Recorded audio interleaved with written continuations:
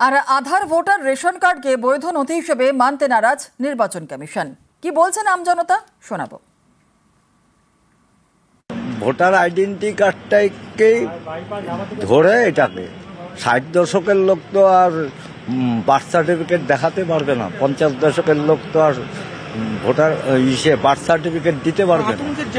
হ্যাঁ, তাই এটাকে পশ্চিমবঙ্গকে কি বাছিয়ে নিয়েছে নাকি?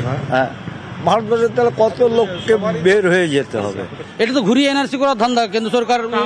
ভয় লাগছে না? মানে আমি নাগরিক হিসেবে আমাকে নাগরিক হিসেবে বঞ্চিত করবে তো আগামী দিনে নির্বাচন কমিশন যা করে তুলেছে। বার্থ সার্টিফিকেট আজকালে 15 থেকে 20 বছরের ছেলেদের পাওয়া যাবে, কিন্তু 40 থেকে 50, 60, 65, 70 যাদের বয়স তাদের বার্থ সার্টিফিকেট তখন হয়নি। তখন স্কুল সার্টিফিকেটে কাজ চলেছে, ভোটার কার্ডে কাজ চলেছে, আধার কার্ড যে সরকার চালু করেছে তাতে কাজ চলেছে। এখন বার্থ সার্টিফিকেট মানে অধিকাংশ লোক তো ভোটার লিস্ট থেকে নাম বাদ হয়ে যাবে। যদি বলে যে জন্ম সার্টিফিকেট ছাড়া ভোটার কার্ড হবে না, এটা ভুল ডিসিশন। আমাদের কাছে এটা সব থেকে বড় অসুবিধা করো।